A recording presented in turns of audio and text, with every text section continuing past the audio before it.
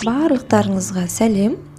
Осы аптада сіздердің назарларыңызға осындай бір ғана қамырдан екі түрлі пицца жасаудың жолын бөлісетін боламын. Қазіргі таңда осы балалардың ең сүйікті тағамдарының бірі. Осы пиццаны дәл осы рецептпен жасайтын болсаңыздар, сіздерде де жұмсақ, дәмді болып шығады. Сол себепті видеоны менімен бірге соңына дейін қарап, міндетті түрде жасауға кеңес беремін. Ең алдымен ыдысымызға дайындап қойған жылы суымызды құйып аламыз. Оның үстіне 1,5 шай қасық шекерімізді қосамыз, және де 1,5 шай қасық тұзымызды саламыз. Және де 1 шай қасықтай ашытқымызды қосып, барлығын жақсылап тұрып араластырып, бетін жандай ауа кірмейтіндей етіп, осылай пакетпен жауып, 10-15 минутқа апарамыз, көтерілгенше қойып қоямыз. Міне бізде осылай көтерілуі керек, шапочка пайда болады. Енді үстіне 50 мл сұйық маймен бір жұмыртқамызды қосып, жақсылап шайқап алып, електен өткізілген ұнымызды салып, жұмсақ етіп қамыр илейтін боламыз.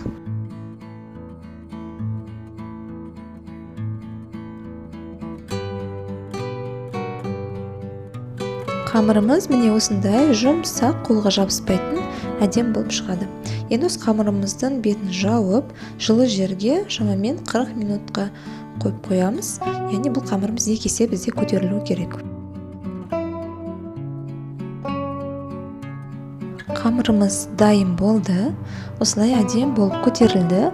Енді қамырымызды бірнеше бөліктерге бөліп аламыз. Ең алдымен осындай үлкендеу етіп екі бөлігін алып қоямыз. Бұл бізде үлкен пиццаның қамыры болады. Яғни мен екі үлкен пицца жасаймын, ал қалған бөліктерден кішкене ғана мини пиццалар жасаймыз. Осы үлкен бөлікті дөңгелетіп алып, бетін жауып, шетке қоя тұрамыз.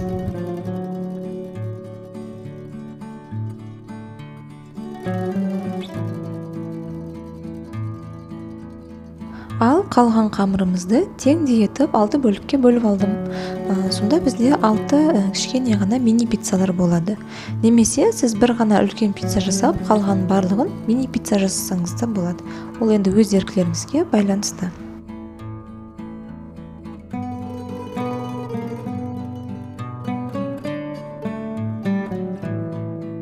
Қамырларымыздың бетін міндетті түрде жауып қойыңыздар, жандай кеуіп, қаясып қалмас үшін. Енді шетінен осы қамырларымызды алып, жая береміз. Ең алдымен мини пиццаларымызды пісіріп алаймыз. Ол үшін осындай шамалы ғана, яғни 5 мм-дей етіп қалыңдықта жайып аламыз. Сол бізге жеткілікті болады. Тым жұқа қылып жібермеңіздер, себебі мини пицца ол сәл қалыңдау болғаны дұрыс. Бұл кішірек пиццаларымызды, яғни мини пиццаларымызды осылай формасына салып, бетін жауып, сәл расстойкаға, яғни көтерілгенше 10-15 минутқа қойып қоямыз. Сонда қамыр өз көтерілі, формасы да ыңғайлы болып келеді. Осылай сәл бөлшектерін жасап аламыз, шет жақтарын, ортасын сәл басыңқырап қоямыз, қатты көтеріліп кетпес үшін. Және де енді ортасына жандай салмасын сала берсек болады. Ол үшін ең алдымен жандай кетчуп пен майонезді теңдей мөлшерде араластырып, соусын жасап алдық.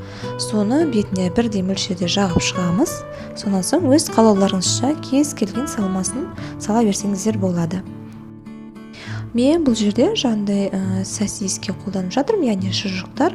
Сонымен қатар осы балалар жақсы көреді. Менде жандай жүгері, консервідегі жүгерінде қосып жатырмын.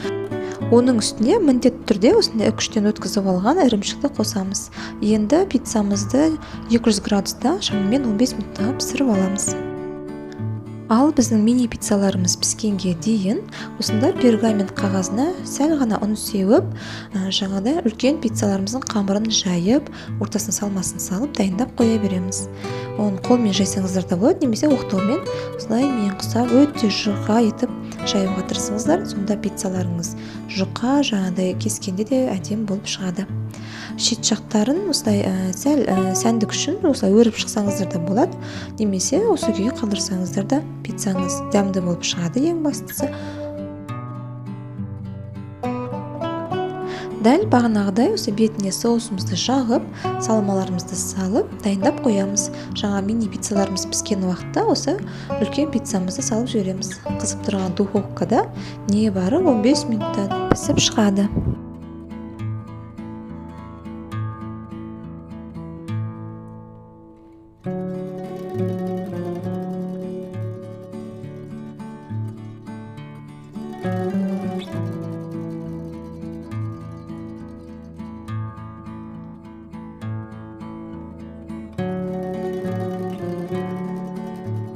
Достар, міне біздің мини пиццаларымыз дайын болды. Топ-томпақ, өздері сөп сүйкімді, кішкентай ғана осы пиццаларды міндетті түрде балаларыңызға жасап беріңіздер. Бұл пиццаны тіпті мектепке, жаңағыдай тіске басар ретінде алып барса да болады. Өте дәмді шықты, жұмсақ болып шығады. Сіздер де міндетті түрде жасап көріңіздер. Ал қазір енді сіздерге екінші үлкен пиццамыздың да піскенін қазір көрсететін боламын. Қараңыздар, достар, қандай әдем болып шықты біздің пиццамыз. Өте тойымды, дәмді болып шығады. Менде осы рецепт бойынша 2 үлкен пицца және де 6 мини пицца шықты. Егер сіздер тек мини пицца жасайтын болсаңыздар, онда 12 дана мини пицца шығады. Өте дәмді болып шықты. Менің балаларыма өте қатты ұнады. Сіздерге де осы рецепт бойынша жасауға кеңес беремін.